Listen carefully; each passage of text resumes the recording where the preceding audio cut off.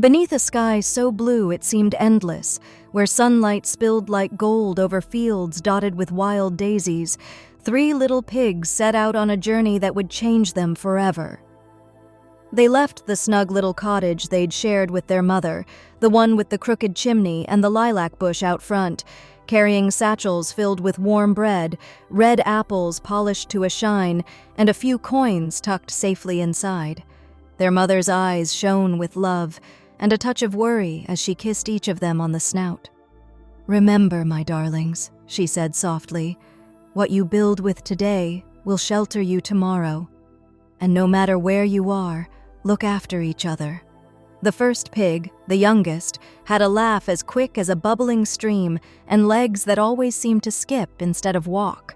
He wanted sunshine and songs, not hard work. "I'll build my home quickly," he thought, "and spend my days napping under the sun." When he spotted a man carrying bundles of golden straw, the kind that glowed in the light, his heart leapt. "Perfect!" he squealed, trading a shiny coin for enough straw to make walls, a roof, and even a little round window. By noon, he was done. His home was as light as a feather and smelled like summer hay. He stretched out in the grass, humming a tune, certain he had everything he needed. The second pig, a little older and slightly more cautious, walked at a slower pace. "Straw might be quick, but I'll use something stronger," he reasoned. "Sticks will last longer, and I'll still have plenty of time to relax." Near the forest edge, he found a woodcutter stacking neat piles of sticks. He bartered away 2 red apples and carried home a bundle so tall it wobbled as he walked. By sunset, he had built a tidy stick house with a red-painted door and shutters that clicked softly in the breeze. He stood back, admired his work, and felt a warm swell of pride. The third pig, the oldest, was quiet and deliberate. He didn't want just a shelter. He wanted a place that could stand strong when storms rolled in and winds howled at night. "Brick is heavy, and it will take time," he thought. "But a strong home is worth the work." He walked all the way to the quarry, helping a stonemason carry bricks and mix mortar. Day after day, he worked until his trotters ached and his snout was dusted white with powdered stone. When it was finally finished, the brick house stood sturdy and proud, with a chimney that sent lazy curls of smoke into the sky. That night he sat on the porch, wrapped in a blanket, sipping tea as the stars blinked awake. Far away, where the forest grew thick and shadows tangled together like old secrets, a wolf lifted his nose to the wind.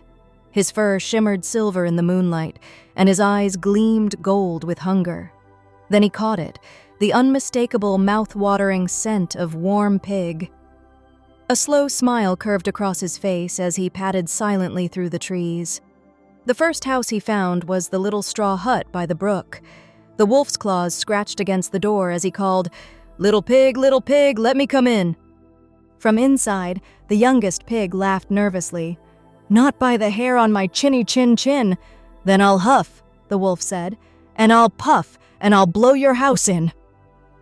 And with one mighty breath, the straw swirled up into the air like golden leaves in a storm. The little pig squealed and darted away, his satchel bouncing against his side, running straight to his brother's stick house. "Help! The wolf is coming!" The second pig slammed the door behind him and peered out the window. "Don't worry," he said. "Sticks are stronger than straw." But soon, the wolf was there, tail swishing lazily, teeth glinting. He knocked again, harder this time. Little pigs, let me come in." "Not by the hair on our chinny chins." "Then I'll huff, and I'll puff, and I'll blow your house in." The wind he blew rattled the shutters and made the walls groan. Then, with one more fierce breath, the stick walls snapped and tumbled, leaving the 2 pigs scrambling for the safety of their older brother's brick house. The eldest pig welcomed them in without a word, shutting the door firmly. The fire crackled in the hearth, and the thick brick walls felt cool and strong beneath their hooves. "You're safe now," he said quietly. But outside, the wolf was circling. His eyes scanned the brick walls, the sturdy shutters, the tall chimney. He knocked again, his voice deeper, sharper. Little pigs, let me come in." "Not by the hair on our chinny chin-chins," the eldest pig answered. "Then I'll huff, and I'll puff, and I'll blow your house in." The wolf's chest swelled as he blew once, twice, 3 times. Leaves spun through the air, dust swirled, and yet the house stood firm, unmoving. The wolf's eyes narrowed. "Then I'll climb down the chimney and have you all for supper." The eldest pig leaned close to his brothers and whispered a plan. Together they filled a great iron pot with water and set it over the fire. Steam began to curl upward, filling the room with soft mist. From the roof came a scrape, a shuffle, and then, whoosh!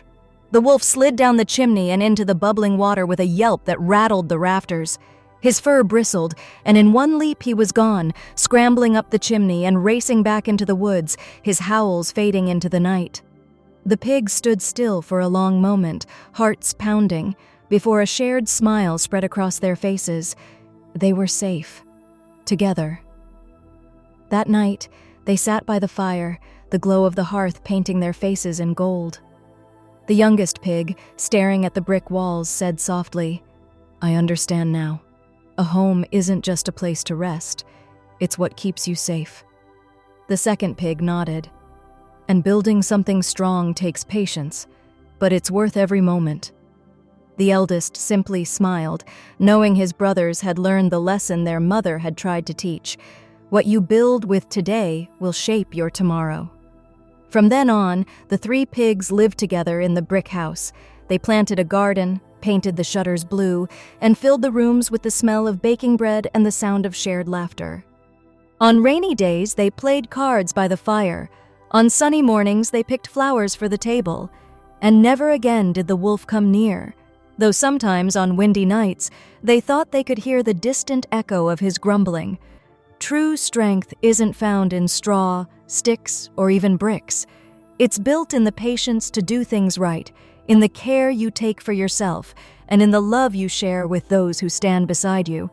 If this story warmed your heart or made you smile, like, comment, and subscribe for more magical tales each week.